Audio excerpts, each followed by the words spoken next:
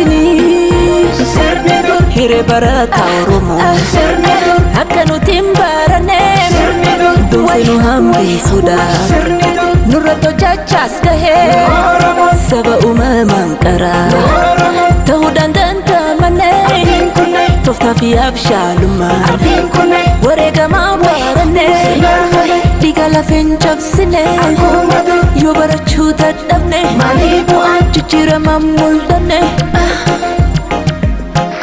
Duulli amma godhamaa jiru kun duula dogongora keenya nu qaawwatu hubanne kana manuma barbaachisa.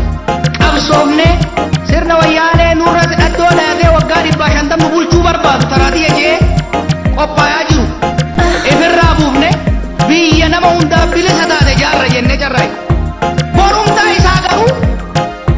Borumtaa isaa garuu qeerroo wareegameef yaadannoon dhaabbachuu hafe nama keenya madaa'ee shumquqaa ulee maqabatullee dhabee lafarra shumquqatu wal'aanuun keenya hafe Minilik Oromoof Oromiyaa awwaala keessaa baafnee ol fannisuu eegalle jechuudha.